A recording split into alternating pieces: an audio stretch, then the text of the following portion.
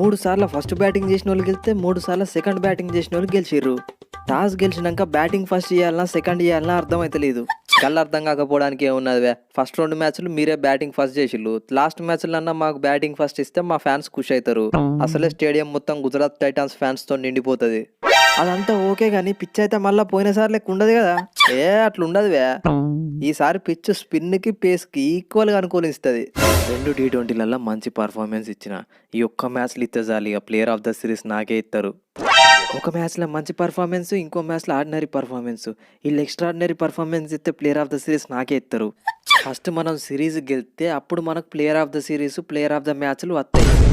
ముందు సిరీస్ గెలిచే దాని మీద కాన్సన్ట్రేట్ చేయండి. స్పిన్ వేనుమా స్పిన్ ఇరుక్కు, పేస్ వేనుమా పేస్ ఇరుక్కు, ఆల్రౌండర్స్ వేనుమా ఆల్రౌండర్స్ ఇరుక్కు. టోటల్గా ఈ సిరీస్ న్యూజిలాండ్కే ఇరుక్కు. ఏంది కాన్వే బ్రో, మీ వాడేమో అంటాను అర్థమైతలేదు. మా వాడు ఏమంటాడంటే మా దగ్గర పేసర్స్ ఉన్నారు, స్పిన్నర్స్ ఉన్నారు, ఆల్రౌండర్స్ ఉన్నారు, మమ్మల్ని ఓడించడం మీ వల్ల కాదు, సిరీస్ మాదే అంటాడు తమిళ్లో. శాడ్నర్ బ్రో, నువ్వు తమిళనే కాదు మలయాళం కన్నడలో చెప్పినా కూడా ఈ సిరీస్ గెలిచేది మేమే. మ్యాచ్ జరగబోయేది మా గుజరాత్ స్టేడియంలో. వారు ఆల్రెడీ 1 సైడ్ అయిపోయింది. మ్యాచ్ ఎక్కడ జరిగినా కానీ ఎలెన్ ఆడే ఆట తీరు మాత్రం మారదు. లాస్ట్ మ్యాచ్లో ఎట్లయినా 50 కొడతా, మా టీంని గెలిపిస్తా. బ్రెండన్ మెకల్లమ్, మార్టిన్ గప్టిల్ తర్వాత న్యూజిలాండ్కి నేనే బెస్ట్ ఓపెనర్ని. సెకండ్ మ్యాచ్లో ఎట్లా బౌల్డ్ చేసినా థర్డ్ మ్యాచ్లో కూడా గట్లనే బౌల్డ్ చేసి పడేస్తా. నన్ను బౌల్డ్ చేయాలంటే ఫస్ట్ నువ్వు టీంలో ఉండాలి కదా. ఒకవేళ పిచ్ పేస్కి అనుకూలిస్తే నిన్ను డ్రాప్ చేసి మళ్ళీ ఉమ్రాన్ మాలిక్ని పట్టుకొస్తాడు మీ వాడు. ఏంది హార్దిక్ బ్రో, అది నిజమేనా?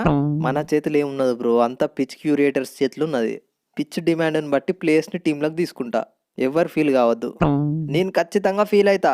ఇషాన్ కిషన్ స్ట్రగుల్ అవుతాడు, శుభ్మన్ గిల్ స్ట్రగుల్ అవుతాడు. పవర్ ప్లేలో వాళ్ళు ఒత్తుకుంటూ ఆడతారు. పవర్ ప్లేలో మనం ఆడేది చూస్తే అపోజిషన్కి ప్యాక్ కావాలి.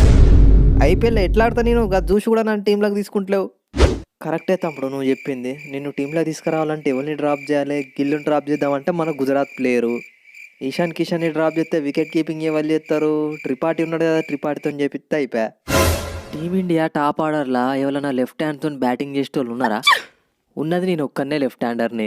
అయినా సెకండ్ T20లో నేనే సెకండ్ హైయెస్ట్ రన్ గెట్టర్ని. 32 బాళ్ళల్లో 19 రన్స్ కొట్టి అన్ఫార్చునేట్లీ రన్అట్ అయినా. థర్డ్ T20లో నేను ప్లేయింగ్ లెవెల్లో లేకపోతే మీకేం నష్టం? ఫిలిప్స్ బ్రో, టాస్ గెలిచినాక బ్యాటింగ్ ఫస్ట్ చేద్దామా బౌలింగ్ ఫస్ట్ చేద్దామా? బ్రో నన్ను అడిగినావు కాబట్టి చెప్తానా. మనం ఫస్ట్ బ్యాటింగ్ చేస్తేనే గెలిచే ఛాన్సులు ఉంటాయి. 99 కొట్టినా కానీ లాస్ట్ బాల్ దాకా మ్యాచ్ని తీసుకొచ్చినాం మనం. ఫస్ట్ మ్యాచ్లో కూడా బ్యాటింగ్ ఫస్ట్ చేసే గెలిచినాం.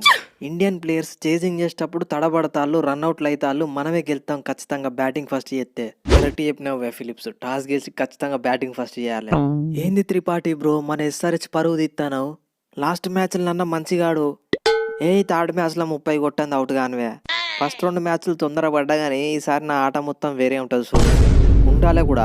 టాప్ 3 ప్లేయర్స్ చేయబట్టే మ్యాచ్ బిస్కెట్ అయ్యే పరిస్థితి ఏర్పడుతుంది.